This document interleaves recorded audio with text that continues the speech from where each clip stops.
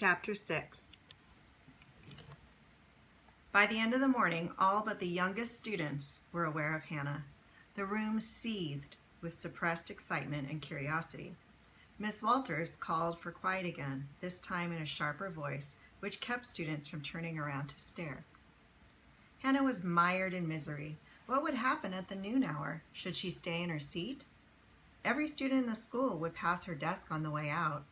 She could not bear the thought of their stares and whispers. But if she got up quickly and was first out the door, it would look like she was running away. Miss Walters was hearing the youngest students recite their arithmetic lesson. When they were finished, she rose from her chair and walked around to the front of her desk. "I have a special assignment for each one of you," she said. "LaForge is a new town, and we are all new here. Please go home for your dinners and return prepared to tell me about where each of you have come from, where you were born and lived before you moved to LaForge. You are dismissed." As the teacher was speaking, an idea came to Hannah. She picked up her dinner pail, which had been on the floor at her feet, and put it on her desk. Then she bowed her head, folded her hands in front of her face, and closed her eyes. Not even the boldest student would dare bother her if she was saying grace. Hannah raised her head and glanced around slowly. The room was almost empty. Near the front, the two Homestead children were opening their dinner pails, with Miss Walters knitting at her desk just beyond. No one said anything to Hannah. Her stomach was so tight that she had no appetite, but she forced herself to swallow her corn cake. Having sat stiffly at her desk for the whole morning, she felt achy all over.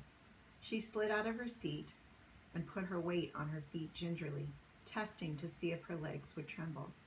They seemed steady enough, so she stepped to the stove in the middle of the room. It was unlit, for the weather was warm these days. The water pail sat on the floor next to it, with the dipper hanging from one of the stove's handles. She ladled up some water and began to drink thirstily. Before she had finished, a little girl came into the schoolhouse and approached the stove. "Please, miss, would you dip for me too?" Startled, Hannah almost dropped the dipper. On the other side of the stove, the girl was looking at her. She couldn't have been more than about 7 years old, wearing a calico dress under a pinafore made from flour sacks. Her face was pale and freckled, her reddish hair in two tight braids bound with thread. She was missing both of her front teeth, and her cheek had a smear of dirt on it. Hannah filled the dipper again and held it out toward the girl, who took it from her carefully. She drank the full measure and handed the dipper back to Hannah. "Thank you." "You're welcome," Hannah said, but the words came out barely more than a whisper. The girl frowned. "Something wrong with your voice?" she asked. Hannah felt her eyes grow hot. She blinked hard to forestall tears. It was her first conversation with another pupil, a little girl who apparently thought the only thing wrong or odd about Hannah was her voice. She cleared her throat. "No, I'm fine," she said, louder this time. "There's some dirt on your face. May I?" She pulled her handkerchief from her pocket and wetted it. The girl took a step closer so Hannah could wipe her cheek. Hannah smiled and the girl smiled back. Once all the students were settled again, 3 desks remained empty. The pupils who sat in them had not returned after their dinners. Miss Walters rapped on her desk with the pointer. She stood and walked to one side of the room. The blackboard wrapped around 3 walls. She took up a piece of chalk and stood near the board on the left wall. "First reader class, please come forward." The first reader class was 2 children, a little girl whose face Hannah had wiped, and a boy with a prominent cowlick. "Pearl, where were you born?" "I was born in Minnesota, miss." Miss Walters wrote Minnesota on the blackboard. "Did you live in a farm on Minnesota?" "Yes, miss." "Freddie, what about you?" "Ohio, miss. My pa's from there. Then we lived in Illinois, where my ma's from." The teacher wrote those 2 states on the board as well. Freddie's family had come to LaForge from Chicago. Chicago! From the mild stirring in the room, Hannah could tell that the other students were as impressed as she was by the mention of that enormous city. Miss Walters smiled. "Freddie, would you like to tell us something you remember about Chicago?" "The rail yard," Freddie answered at once. "There were so many trains." Were, Freddie. There were so many trains. Freddie looked surprised. You seen them too, miss? Miss Walters quickly covered her mouth with her hand to hide her amusement. No, Freddie, I haven't. I was correcting your grammar. Thank you, Pearl and Freddie. Matthew, perhaps you will tell us a little more about Chicago when it's your turn. Miss Walters nodded at an older boy, who must have been Freddie's brother. Each class took its turn. The third reader class included a girl named Sadie, who was Bess Harris's younger sister. By the time the fourth reader class was finished, there were 7 states on the board. Wisconsin, Nebraska, Iowa, and New York had joined the list. A girl named Louisa had once visited New York City. A boy named Henry had found fossils on the shoreline of Lake Superior. And Freddie's brother Matthew told how they'd once seen 50 trains in one day. Gasps from around the room, and a third reader boy raised his hand. Miss, he must mean 50 cars, right? 50 railroad cars, not 50 trains. Matthew shook his head firmly. Trains. Freddie was counting cars at first, but there were so many it got he couldn't count high enough. And then I said we should count trains instead. And it wasn't even the whole day, just the morning. 50 trains in a single morning.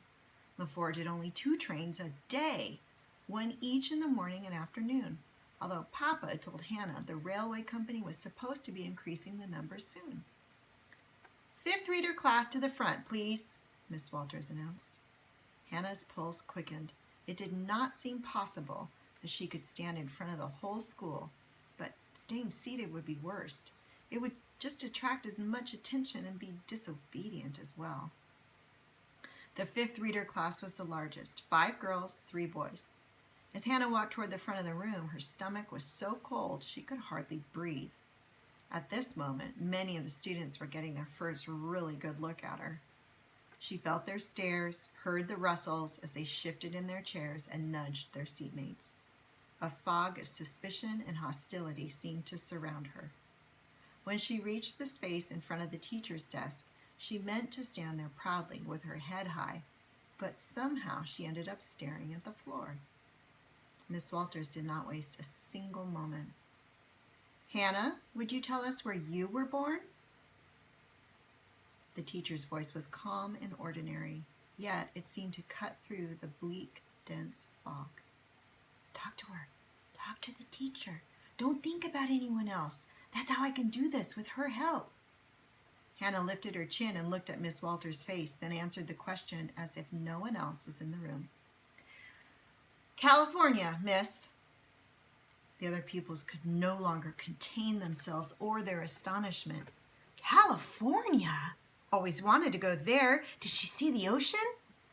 Hannah finally dared to look at the faces in front of her. Instead of the suspicion she had felt moments earlier, she saw surprise and curiosity, interest and eagerness.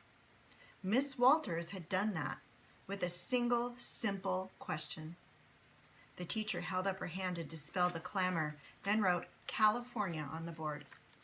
Tell us something about California, Hannah. She was ready for this. She thought about it while listening to the other pupils.